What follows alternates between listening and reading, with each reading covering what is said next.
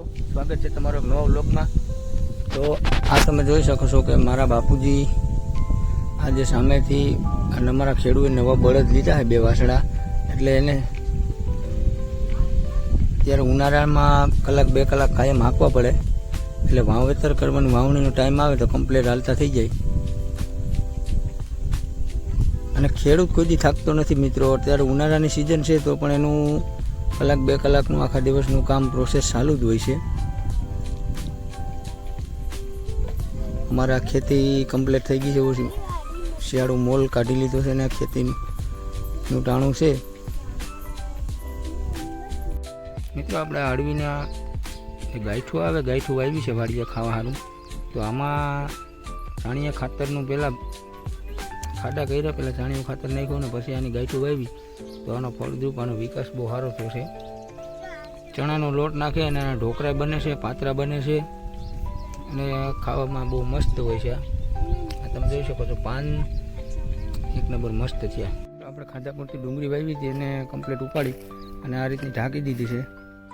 ખેડૂત મિત્રોને તો ખબર જ હશે કે ડુંગળીનું વાવેતર કરીએ એટલે એને પાકે એટલે ઉપાડીને આ રીતની ઢાંકવી પડે।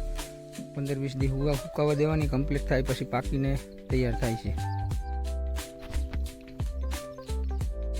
મિત્રો આ ખેતર આ ભાગમાં તુવેરનું વાવેતર હતું, માંડવીને તુવેર, અને અહીંથી કપાસનું વાવેતર હતું। એટલે આવતા વર્ષે આપણે કપાસ વાવવાનું નથી, બધા આખા 30 વીઘામાં માંડવી વાવવાની છે।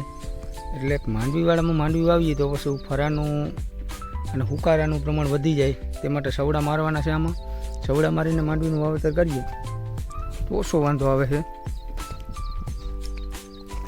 અને આપણે ઢોર માટે, બળદ માટે લીલાડો વાવ્યો છે।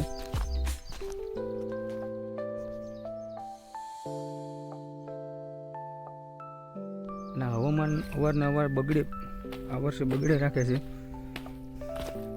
એ ખેડૂતો જાણી શકે છે કે હવામાન બગડે ત્યારે આપણો મોલ પડ્યો હોય અને સાટાસૂટી થાય તો નહીં સાચવવું કેવી રીતના એનું કરવું, ખેડૂતની વેદના કોઈ સમજી ના શકે,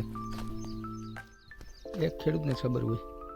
મિત્રો તમે જોઈ શકો છો કે ઉનાળામાં મકાઈ અને જાહેરનું વાવેતર કરશે, પણ મકાઈમાં ઈરનું પ્રમાણ બહુ વધારે રહે છે, એટલે ઈર જાતી જ નથી। 2-3 રાઉન્ડ દવાના માર્યા આમાં, એ છતાં તમે જોઈ શકો છો કે એક પાનમાં ઈરનો ડંખ છે। મિત્રો અમારો વિડીયો સારો લાગ્યો હોય તો વિડીયોને લાઇક શેર કરી દેજો અને અમારી ચેનલને સબસ્ક્રાઈબ કરી લેજો।